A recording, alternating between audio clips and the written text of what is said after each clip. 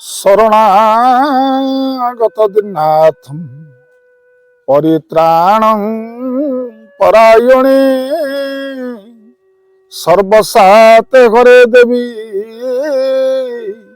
माँ शारदे देवी नमस्तुते। जय माँ शारला। आजिकार नीतिवाणी आरंभ करने पूर्व मोर परिचय उपरे जानी रखि तांतु।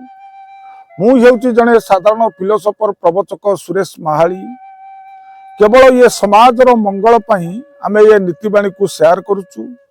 आपण मानकु जदि मो नीतिवाणी भल लागुथबो आपण माने गोटे लाइक करी सब्सक्राइब कर दियंतु।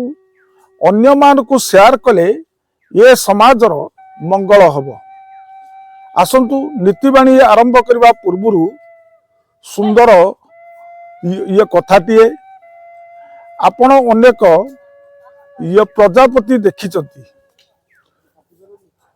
आपण अनेक प्रजापति देखिचंती। प्रजापति देखिबाकू विभिन्न रंगर ये प्रजापति थांती। जदि आपणकर हाथरे बा गोड़े कौनसी जगार प्रजापति बसंती जानिबे यह होची शुभदायक।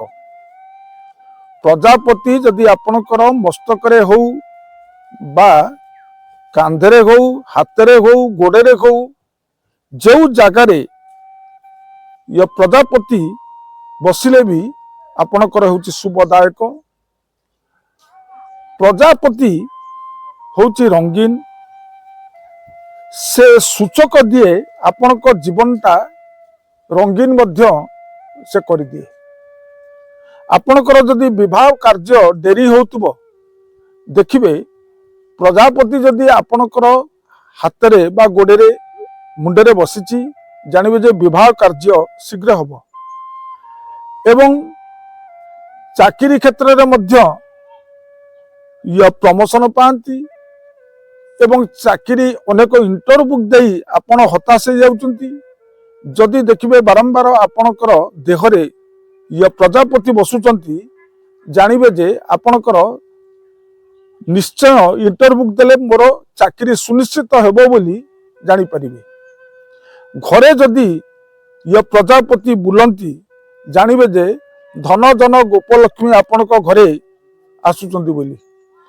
जदि सही ये प्रजापति कांथरे कौनसी जगार किछि समय ये बसंती जानिबे जे आपणक घर को लक्ष्मी आसला बोली आपण जानि परिबे। आउ कला प्रजापति जदि आपणक हाथरे बसंती बा गोड़े बसंती अशुभदायक। घरे भी जदि कला ये प्रजापति ये पशि आसंती जानिबे यह होची अशुभ सूचक। तेणु यही तला मोर यही नीतिवाणी ये निर्यास कथा। आजिकार अनुचिंता केतेबेले झाड़ू कुला को एकाठी रखिबेनी आज्ञा से घरे ये कलह सृष्टि हुए। झाड़ू कुला को केतेबेले एकाठी रखिबेनी से घरे ये कलह सृष्टि हुए। एतिकी कही मोर नीतिवाणी अनुचिंता को ये शेष करुची। ये प्रणाम। जय जगन्नाथ।